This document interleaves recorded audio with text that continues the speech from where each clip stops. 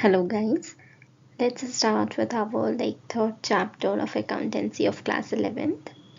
We will continue with the second chapter later on, and we have already completed the first chapter. So from today we are starting this chapter third, where we have to see recording of transactions. And after that, the fourth chapter is also about the continuation of the recording of transactions. So let's see what's inside it, how we are going to record all those transactions.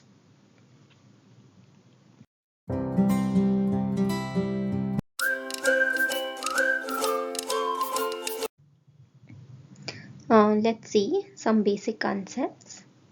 So there is business transactions. What do we mean by business transactions?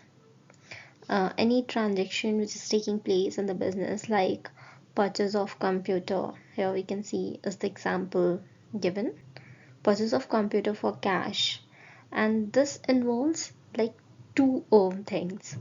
We have payment of cash, and also delivery of a computer. We are purchasing it. So hence the transaction involves two aspects: give and take. We will give something and we will receive something in return. So this is how the transaction takes place. And the payment of cash involves give aspect, and delivery of a computer is a take aspect. Thus business transactions are exchanges of economic consideration between parties and have twofold effects that are recorded in at least two accounts. So any transaction which is taking place, whether it is on the cash basis or credit basis, it is recorded in two accounts. At least it will affect two accounts. It can affect more accounts as well, but at least two accounts should be involved. Then only the transaction is taking place. Okay. Now let's see the types of accounts and the golden rules of accounting. So types of accounts, there is three accounts, three types of accounts are there. First one is personal account, second one is real account, and the third one is nominal account. We will first start with the personal account.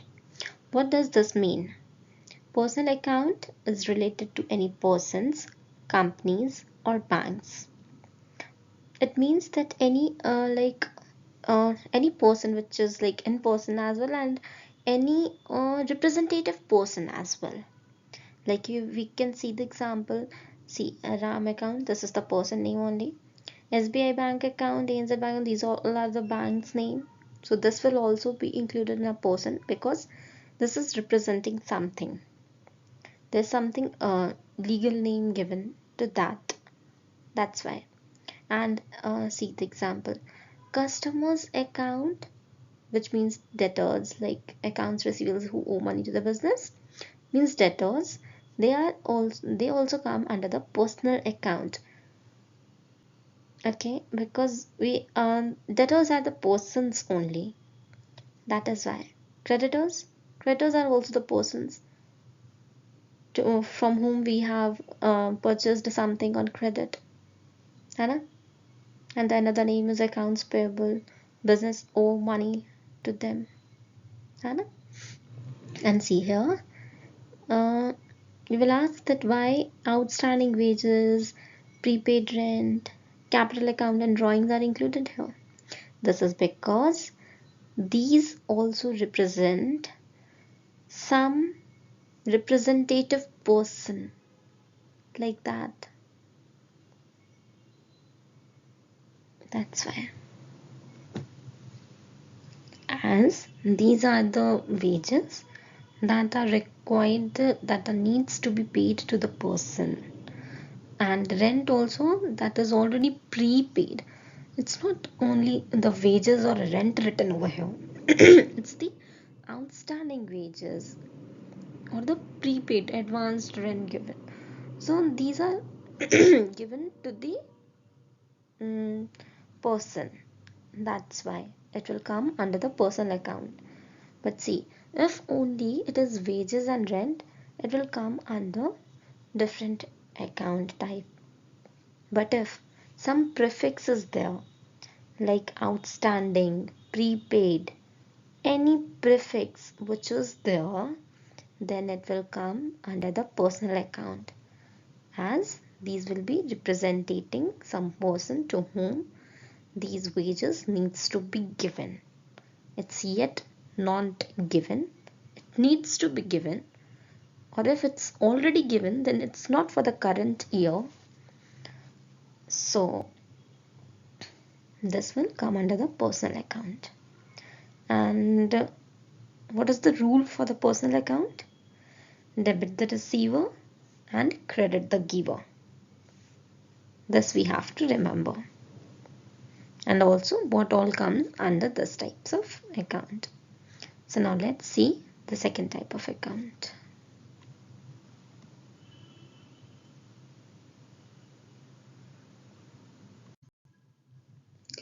The second one is real account. It means related to assets, tangible and intangible. See, the examples of tangible assets are cash account, furniture, building, machinery, and this is land, not lang. There's the spelling mistake written. Spelling mistake is there. This is land. And intangible asset, goodwill, patent, trademark. So the rule is debit what comes in and credit what goes out. Now let's see the third account. So the third one is nominal account, which means related to expenses, losses or income and gains. Okay. So the expenses, this here will be salary, rent. See, there is no prefix. Anna. So these all will come under nominal. These are expenses. And also the income will also come under nominal account. Electricity expense, advertising expense, interest paid. This is also the expense. Commission paid is also the expense, and commission received is income. Interest received is income. Sales made is also income. Discount received, income. Discount paid, expense. So the rule is debit all expenses and losses and credit all incomes and gains. So till now we have seen three types of accounts and the rules. First one was personal account, where we have seen debit the receiver and credit the giver. Second, real account, where we have the rule debit what comes in and credit what goes out. Third is nominal account, and here the rule is debit all expenses and losses and credit all incomes and gains. So these three rules we need to remember to record all the transactions of accountings, so that we can record the transactions. It's very important to learn these, and it should be marked up. It should be marked by heart. Mark up by heart, yeah. Now this is the accounting equation. Accounting equation क्या है? Assets is equal to liabilities plus capital. है ना? So this is the one. Let's see the next. Rules of debit and credit. See, all the accounts are divided into 5 categories for the purpose of recording of transactions. First is capital, assets, liability, then capital, and then expenses and incomes. Okay, we can remember this like very easily. This is for the rules of debit and credit, like while we are recording the transactions, how we will it will affect the accounts. Assets, liabilities, capital, and then expenses and losses. Okay, very simple. Now, two fundamental rules are followed to record the changes in these accounts. अब ये like in all these 5 accounts, any changes that is going to happen, whether the increase or the decrease, how we are going to record this? There should be some set of rules, na?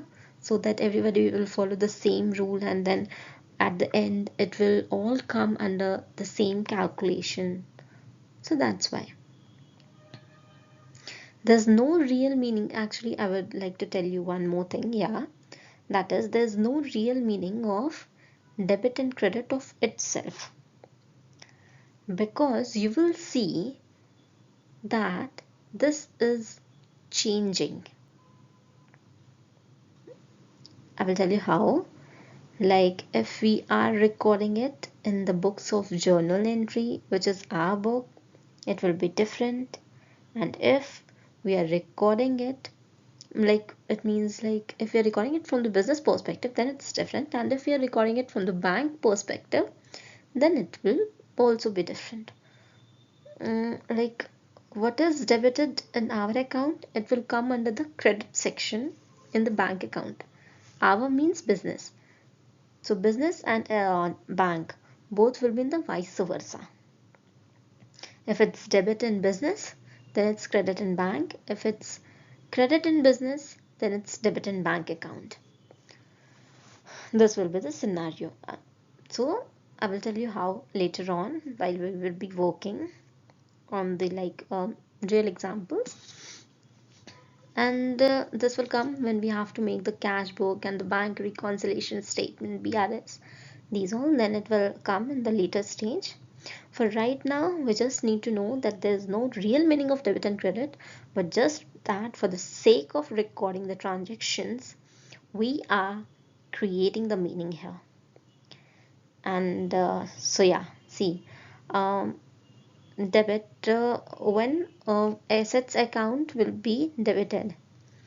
Assets account will be in debit when there is increase in assets. Okay, then it will be debited, and if there is decrease in assets, it will be credited. Likewise, like assets, there is expenses. When there is increase in expenses, it is debited, and when there is decrease in expenses, it is credited. Okay, so assets and expenses will follow the same rule, and the liability, capital and income will follow the another rule. That is, when there is increase in liabilities or capital or income, there is credited. These are credited. And when there is decrease in liability, capital and income, then it is debited. Okay? So let's see one more time. When there is increase in assets or expenses, the account is debited. When there is decrease in assets and expenses, the account is credited. We need to remember this. We will see. In the next page, we will see more clearly. And liability, capital, and income, these all will follow one rule, that is, when there is increase in liability, capital, and revenue, it is credited. And when there is a decrease, it is debited. You need to mug up. Yeah. See here in this diagram, we can see, not the diagram, but yeah, in this picture we can see the assets and expenses. See, debit section is where there is increase in assets and expenses, then there is debit. Just remember this only, that whenever there is increase in assets and expenses, it will be debit. For now, you need to remember this only. And when there is decrease in liabilities, capitals or revenue, we need to decrease it, and thus vice versa we need to do. ठीक है? हमारा assets और expenses अगर increase होता है, what is that then? Debit. और अगर liabilities, capital और revenue increase होता है तो we need to credit. See, very simple, I will tell you one more thing. Assets will come under what? Tell me this now. Assets comes under real account, है ना? So real account का rule is what? Debit what comes in and credit what goes out. So when it is increasing, it means it's coming in. So debit what comes in. So we are debiting the assets. ठीक है? Very simple. And expenses also, see. Expenses comes under what? Nominal account. Debit all the expenses and losses and credit all the income and gains, है ना? वैसे ही revenue भी, ये nominal account क्या है? Credit all the income and gains. तो इसलिए we are like crediting when there is increase in income, है ना? Liabilities और capital, ये किस में आ जाएगा? Capital will come under the personal account. We have seen, है ना? So personal account का क्या है? Debit the receiver and credit the giver. So we will follow like this. So by the name only we are getting for the capital and liabilities कि capital का जब increase होगा it's like the income, so it will come under credit increase, and the liabilities का भी वैसे ही when there is like increase we will credit, when there is decrease we will debit. It's like the expense ना, liability है वो हमारा we have to pay.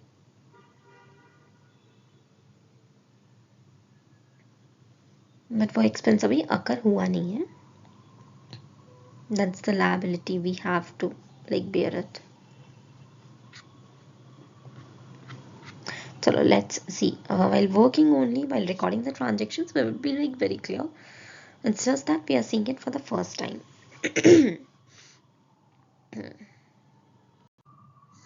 Now, books of original entry. The process of recording transactions in journal is called journalizing. ठीक है? Journal जब prepare करते हैं, when we are preparing journals, what we are recording all the transactions is called journalizing. And once journal is completed, journalizing process is completed, the journal entry provides a complete and useful description of the events effect on the organization. Okay, the process of transferring the journal entry to the individual accounts. Now whole the journal book is completed. Now like every accounts which are affected on the journal book, now we will like make separate accounts of that, and we will see like how much that account is affected. So the process of transferring the journal entry to the individual accounts is called posting. This sequence causes the journal to be called the book of original entry. That's why the journal is called as the book of original entry, and all the accounts that we are making it separately now, and we are getting the result like how much that account is credited or debited. So that account will be known as all the those accounts will be known as the ledger account, as the principal book of entry. Okay. In this context, it should be noted that on account of the number and commonality of most transactions, the journal is subdivided into a number of books. Journal को divide किया गया है number of books में of the original entry. एक journal proper होता है, cash book होता है, फिर बहुत सारे then there is other day books, that is purchase book, sales book, purchase return book, sales return book, bills receivable, bills payable, so on. In this chapter, we will learn about the process of journalizing and their posting. Enter the cash book and other day books. So we will learn these all things. So let's continue with now the practical and the numericals of the chapter. So this theoretical part we have already done it. We have seen the types of account and the rules of accounting and how journal we have to prepare, and then we have to make like ledger accounts as well.